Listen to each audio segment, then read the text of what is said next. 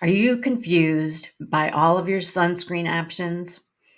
Now that we have mineral sunscreen and chemical sunscreen, it is even more overwhelming because the options seem to be endless. Well, I can't help you decide on brand or type. I mean, we've got sprays and lotions and gels and all these different things, but I can help you understand the difference between mineral sunscreen and chemical sunscreen. So that's what we're going to talk about today. Before you ask, yes, I know, I have no makeup on. That's because we're going to do a little demos to help drive the point home in a minute. Okay. But first, I want to show you a graphic I made that I think will really help explain a few things. So, mineral sunscreen is actually laying on top of your skin, and it is creating a physical barrier so that the rays are not penetrating your skin. So that is how it is protecting you. So that's graphic on the left.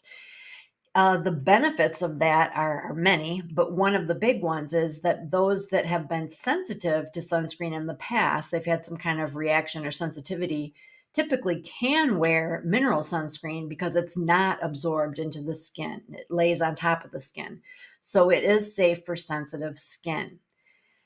One of the possible drawbacks is that because it lays on top of the skin and is not absorbed, it can leave a white residue.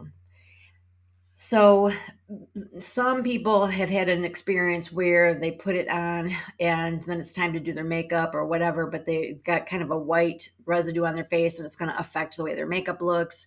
Or they put it on without any makeup, but it seems like it won't ever, rub in, so to speak. It won't because it's not absorbing. And so your face just looks white. And people just don't love that. But not all brands do that. And we're going to do a little experiment in a second to check out the brand that I've got with me today. First time I've ever tried it, so I'm learning too. Chemical sunscreen, on the other hand, protects your skin by being absorbed into the skin. And then when the UVA, UVB rays penetrate the skin, there is a chemical reaction that turns those rays into heat and then bounces back off.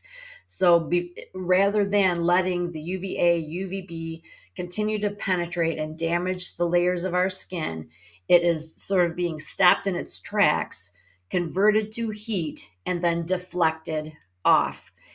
It's not lying on top of the skin, it's being absorbed by the skin, but it is also deflecting the UVA, UVB rays.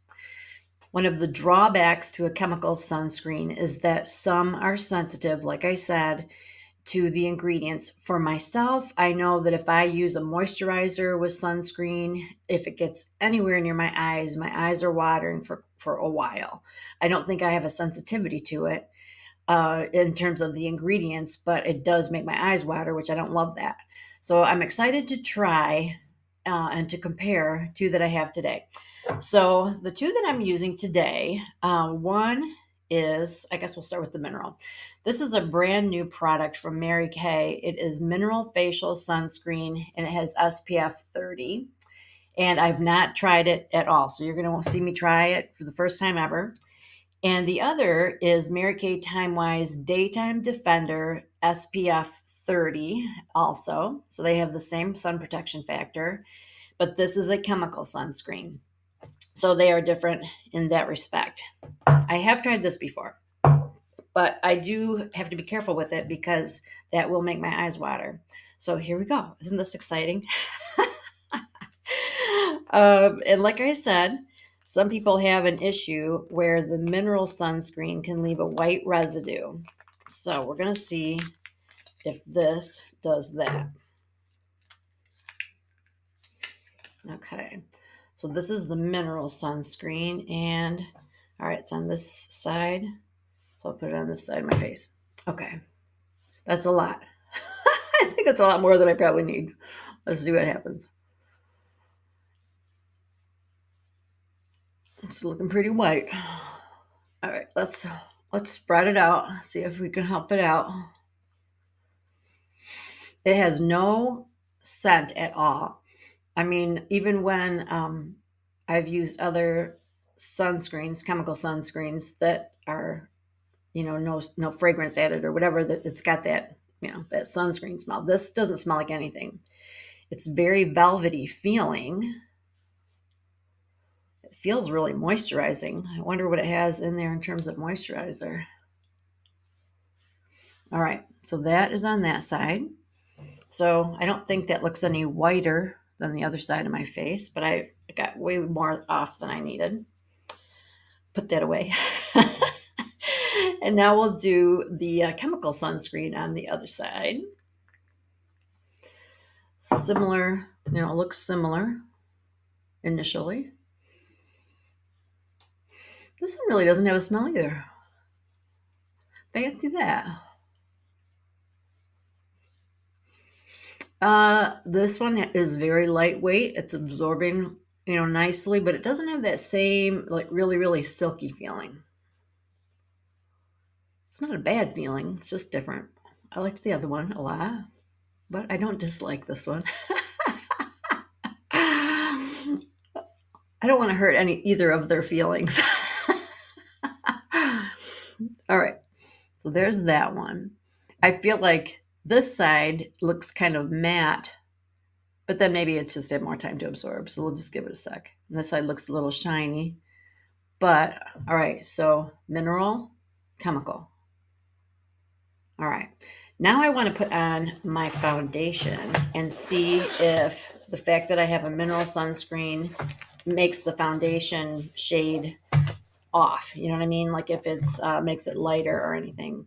So I'm going to real quick put that on and then we'll chat about it. Okay. Let's take a look. Okay. This was the chemical side, right? I still feel like this looks more matte. But does it make me look ghostly? A little bit. Does it?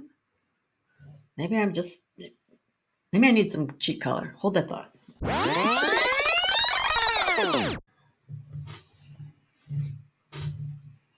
Does one side seem whiter than the other? Maybe not. I don't think so. So my conclusion is that this mineral sunscreen does not have the white residue, which is a bonus.